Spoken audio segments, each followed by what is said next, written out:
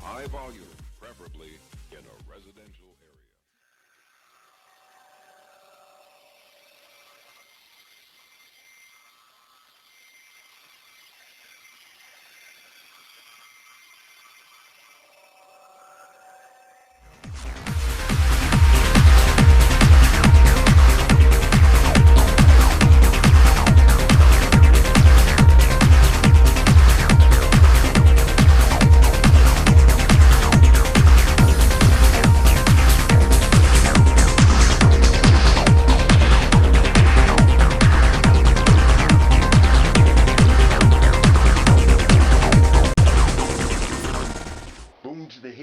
Sports fans out there in the tubosphere, to you, the individuals, part of the collective.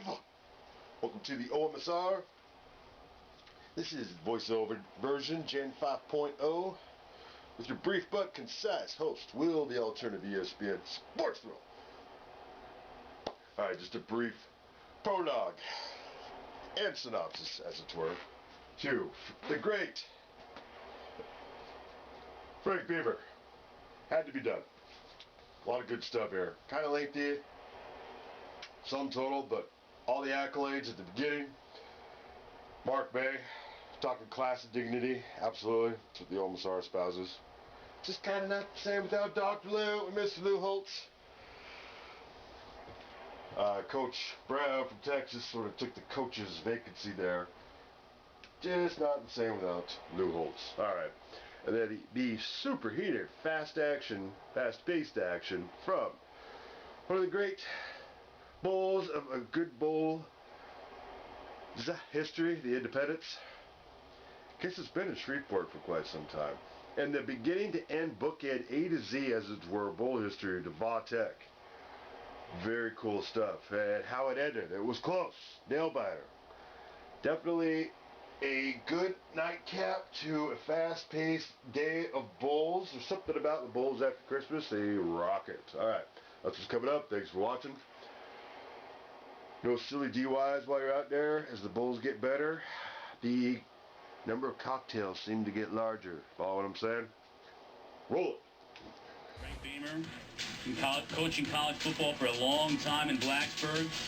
Arriving to the stadium one final time in Shreveport for the Camping World Independence Bowl. They'll kick against Tulsa at about 5:45 tonight. Obviously, it's got to be an emotional moment for Frank Beamer, having been on that sideline for so long for the Hokies. Getting back to a bowl game this year, down a couple of years, no longer vying for championships in the ACC, but just to have him get back to a bowl game this year is nice. To have him on the sideline one final time. And the consistency that he's had at Virginia Tech, 29 years as a coach, over a quarter of a century there as a coach. In 23 consecutive years taking his team to a bowl. That's consistency, the highs and lows, what he's been able to do. But I think if there's one word that you can talk about Frank Beamer and say, it's class.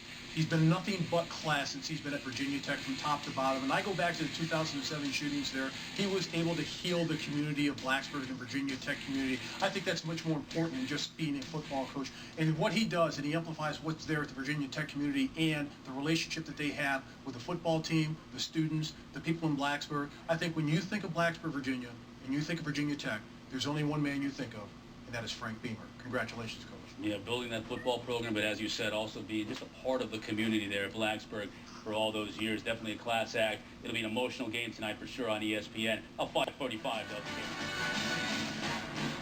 This is only the second time I've had the pleasure of calling this game here in Shreveport. I'm going to gamble that no other Independence Bowl, no matter who the sponsor is this year, of course, our friends at Camping World, has ever started like this. And this has been amazing. You see the numbers here. And 4 of the 13 plays that have been run have been for 40 yards or more. I don't know if Frank Beamer's changing his style on his last game. But you're right. It's just been a simple run up the middle and then a quick screen to the edge have been big scoring plays for him. There's been nothing fancy about the 2 touchdowns. You know, it's not like somebody called the defense up. You know, the 2 plays that Virginia Tech scored were basic plays. I mean, unbelievable. And for Tulsa, they're just playing at their pace, which is a fast pace, and their 2 touchdowns. One set up by a big play, and one was a big play. And look out. Watch your Chardonnay there, buddy, because that is just beastly kicking with a little bit of wind now, mind you, but still. End zone there. Holy smoke, he's quite serious about that, by the way. Very good block. Throw it to the 35-yard line, and he'll get to the 30 and keep going. If he step out of bounds is the issue, and he is finally dropped. So the issue is, where is he finally now? Look at the official. They said he must have stepped out of bounds at the 14. Coach Beamer told us that things have changed a little bit. The way teams protect in punts, they put that shield, that three-man wall in front of the punter. And what that does, it makes it harder to block a punt, but easier to return one. And that's been the new emphasis. And I don't think he did step out of bounds. He didn't. And that's where they thought they might be able to pop one, and they did right there. We welcome you back to the Camping World Independence Bowl as part of Capital One Bowl Mania. We've had a lightning-fast start here, but Virginia Tech has so many different identities. There's Beamer Ball, and then Jane Slater has something else that really tells us about Virginia Tech. Yeah, guys, this is the lunch pill, and it made the 950-mile trip from Blacksburg, Virginia, here to Shreveport, Louisiana, as it always does for the road games and at home. The lunch pill really symbolizes this blue-collar work ethic of this team. Bud Foster, defensive coordinator, says it's all started back in 1995, and inside it, unit goals, weekly goals, and also the names of all of the victims from the Virginia Tech shooting in 2008. He says as long as he's here, those names will be inside of it. He says they also put turf in there from all of their road wins, and it's just really just is a rallying cry from this team to put on the hard work and the effort. Only one player has been able to take this home, and that's been Daryl Chapp. So far, though, team loves it. Always on the road. Guys, back to you. He earned it, by the way, and there's some rumor that Frank Beamer may get one of those as a going-away gift. And out of the many things he's received and will receive, that might be the one he treasures the most. 5-yard line. This is J.C. Coleman. He got popped at around the 25-yard line. Now, 3 of the last 4 for Virginia Tech. This included a rivalry game against Virginia. In a game they trailed, but Isaiah Ford comes up with a tying touchdown, and then they get a field goal at the with about a minute left, and Jody Fly provides the margin of victory. That game in Charlottesville. And then this. Yeah, I don't know what this is. It's called dabbing. Not Something Gabba kids Dabba do. doing? No. That's my era. Trayvon McMillan. Mike, too. Is the tail now on 3rd down and a couple. They go to Trayvon McMillan. He'll get a first down and keep this drive alive for the Hokies. In that first quarter, we had 18 first downs, 5 plays of 40 yards or more, 45 points, and 463 total yards. And Tulsa's changed things a little bit. They brought Michael Muto, their leading tackler, number 1, who's sitting right here right now. He was up in the box playing run all the way.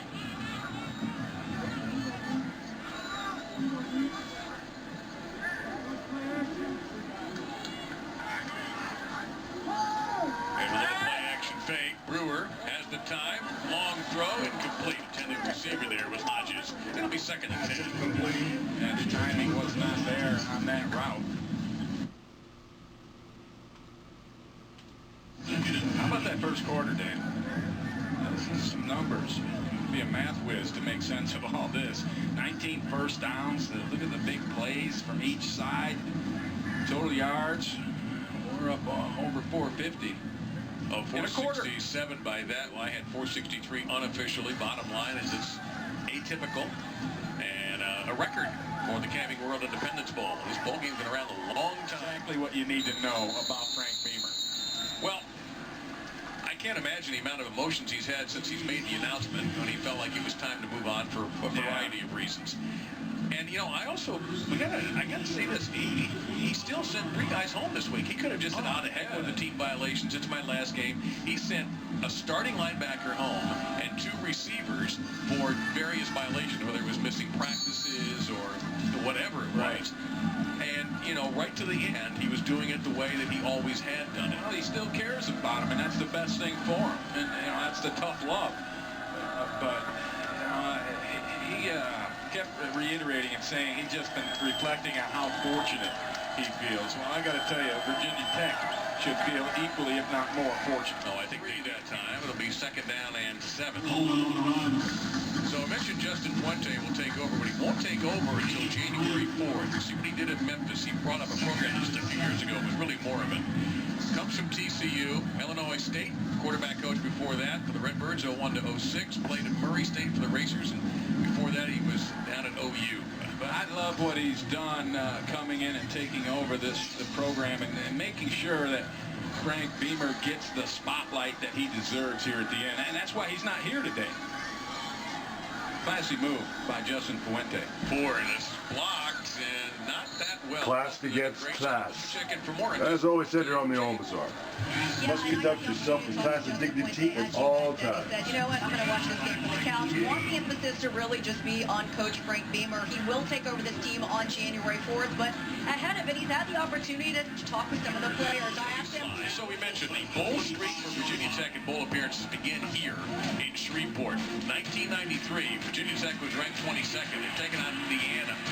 They'd only won 2 games the year before, and they started to invent Beamer ball or give us the idea of what it was going to be like with plays like that. Then a block kick right before the half and a touchdown, and they go on to win 45-20. Frank Beamer told us he was arguing that time had run out, and they still put 1 second back on. He was upset, and then they blocked the kick and go back the other way. He was quite happy. So up the middle, picking up 3 for Tulsa. I almost wonder now, as Warren is brought down, if they need to slow the game down. This is an interesting thing because if you go fast, your defense comes back on the field, and that's not good either. And they can't, though. This is what they do there. Virginia Beach, now you go empty backfield on 3rd and 14, and they are a little slow here. They're going to take this down to under 5 seconds to snap. Got to think Garrett's the man here, and he is cut down immediately. He will make the catch. But Adonis Alexander. That's going to leave a mark in the morning. After a gain of 4, it's 4th down. Virginia Tech has some really young, talented defensive backs, and Adonis Alexander is one of them. He just fires up and hits Garrett right on the kneecap. There's another one of the youngsters that play extremely well, Terrell Edmonds. It was a redshirt freshman. Hokey backfield. So you've got Cam Phillips as the up man and Greg Stroman as the deep man. This is a high kick.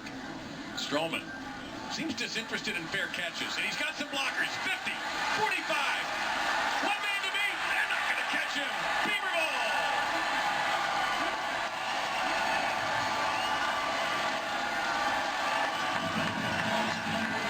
You gotta love it. Believed it was the quickest way to win a game, quickest way to lose a game. And it's always momentum plays, a lot of yardage involved, probably points involved, field position for sure. So for that reason, you know, if offense, kids want to play on offense, kids want to play on defense, but at Virginia Tech got the thing where they want to play on special teams. There's a big hit delivered by Shigok, number 24, just a 1-yard gain. And right now Tulsa they're over at their water wings at the moment. They are having a tough time trying to get to. He's missed their last 3 third downs after hitting 7 of the first 9. Pressure. Brewer steps into it. Dumps it off, and it's caught. First down, Ryan Malik. Oh, what a clutch play by Michael Brewer. Great awareness, knowing where he was on the field and getting that pass off when it looked like he was running. In the line of scrimmage, he was just on it as he threw the ball. Right there, you see the line of scrimmage was about the 25. 25. Clock running at 2:36. When do you start taking your timeouts if you're Tulsa? I would say kind of a what if. Well, what do you know? I thought he might be here. His son is on the team. Bruce Smith taking in Frank Beamer's final game. He made a fairly good defensive game. It wasn't too bad. I tried to get it going from time to time. Seemed to work out all right for him. You made him what he is today. I'm not going to go that far.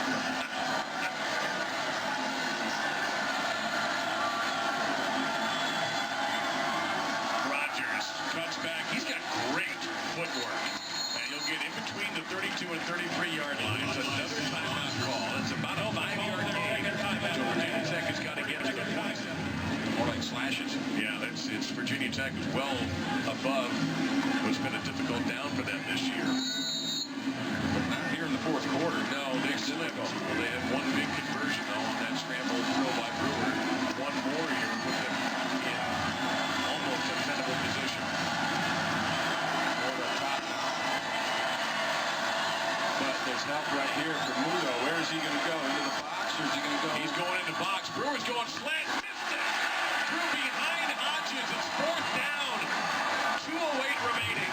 Well, Hodges was expecting the ball. It looked to me like he was late reacting to it. Lasting family memories, and we'll be here for all your future expeditions with an affordable RV for every budget. Thousands of parts and accessories available, plus service anywhere you may go. Camping World has it all, and we'll be celebrating family vacations with you for another 50 years.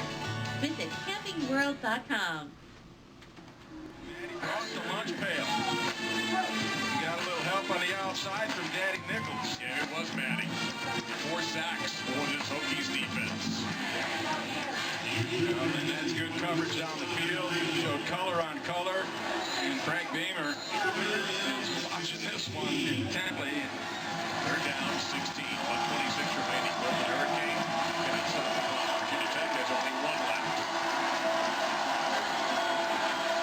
Stunned that time by the Hokies. Evans, Pats goes, fires, incomplete. Little high for Atkinson. 4th and 16. Spotlight was never really on them in this game, except of course among their fans. They've made this a thrilling football game. Canned out their medal. Empty set. Evans, they only rush 3 and they got him. Nicholas, Debbie comes through. Virginia Tech is going to hang on and win.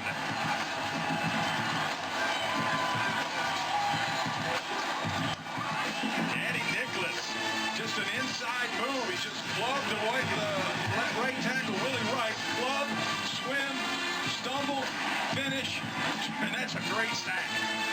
We mentioned and saw Bruce Smith earlier. Yeah. I don't know if his spirit just jumped inside of Daddy Nicholas's body or what happened there, but that looked awful Bruce Smithish to me.